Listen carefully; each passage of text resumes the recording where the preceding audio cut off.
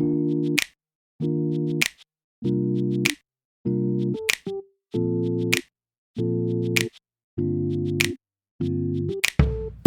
guys, it's Jeannette. I hope you're all doing well. I wanted to kind of talk about the overview curriculum for Advanced Pathophysiology, and this is the first course I took from a graduate program.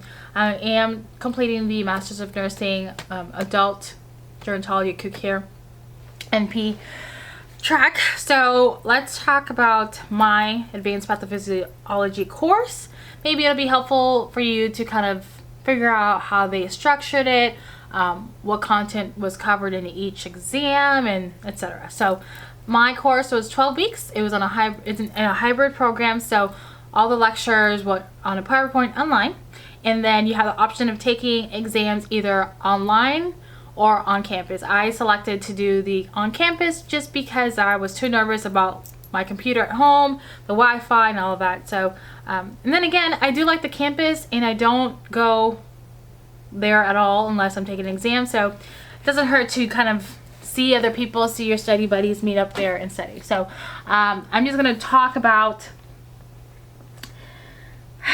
let's see, how they have the semester broken down. So week 1 through week 3, and that's everything that will be covered in exam 1.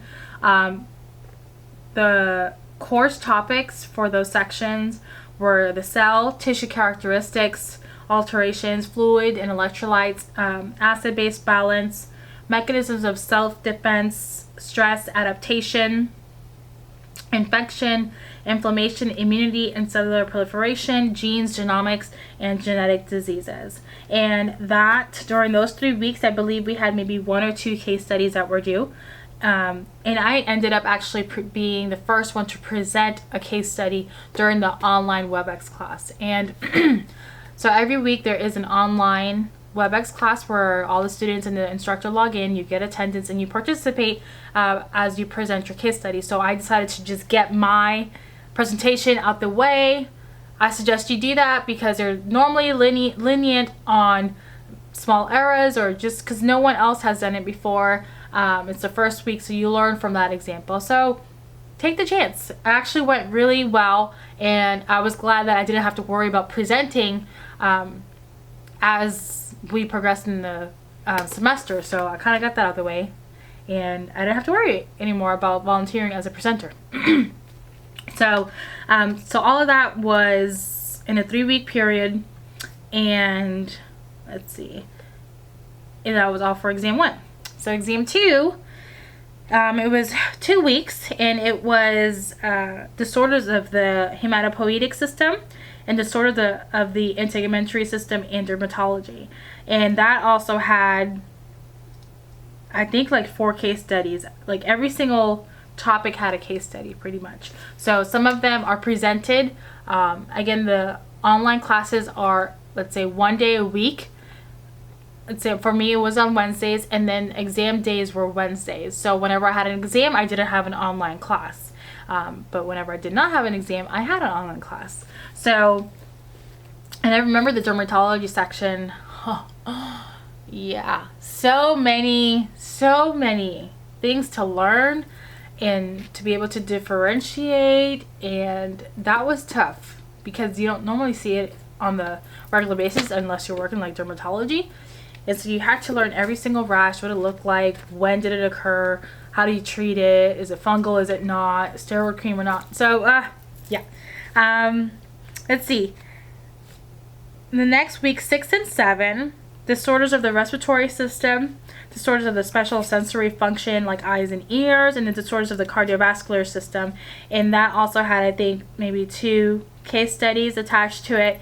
Cardiovascular was a lot, and even the eyes and ears, because again, I don't see it often in my setting, like just different ear, even the anatomy of the ear and how it works, and all the different let's say infections and symptoms that could occur. Is just, you know,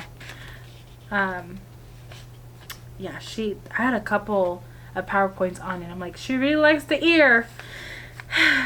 week 8 and week 9. So that covered gastrointestinal, liver, and biliary diseases, nutrition and health and wellness, and then endocrine disorders, as well as the disorders of the male and female reproductive system. That exam was a lot, especially with the male and female reproductive systems. Oh yeah, that was a lot. And then even the endocrine system. Endocrine system, I think, was tough for me to comprehend in undergrad. I'm doing better now, but you know, what hormones are up, what are down, what is that disease called, what do you do in a crisis, what medications do you give, what don't you give.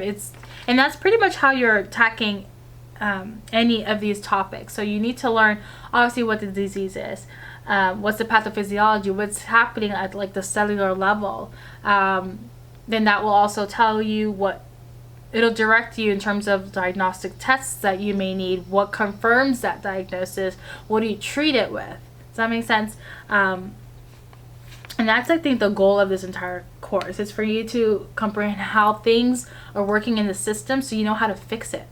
And then the last exam, so week 10 through week 13, it covered disorders of the renal function, disorders of musculoskeletal function, and then neurological disorders, mental health, sleep disorders, mood disorders, psychosis, and addictive disorders.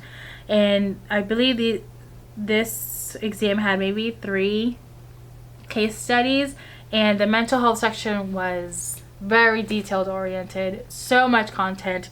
And again, you have to be able to differentiate the diagnosis, how and what and how many symptoms need to be present for how long in order to meet the requirements, based off the DSM-4 or 5, depending on what you're following, as well as what treatments to do, what medications work for that diagnosis, etc. So yeah, that's pretty much the overview.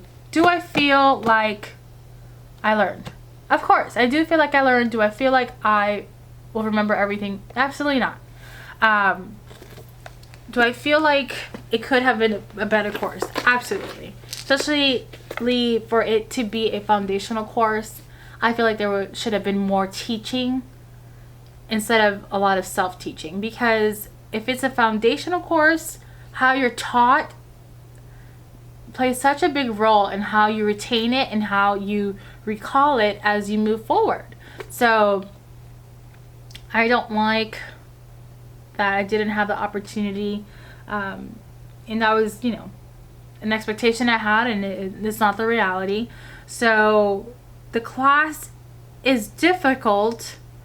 I'm not one of those people like, oh, the class is easy.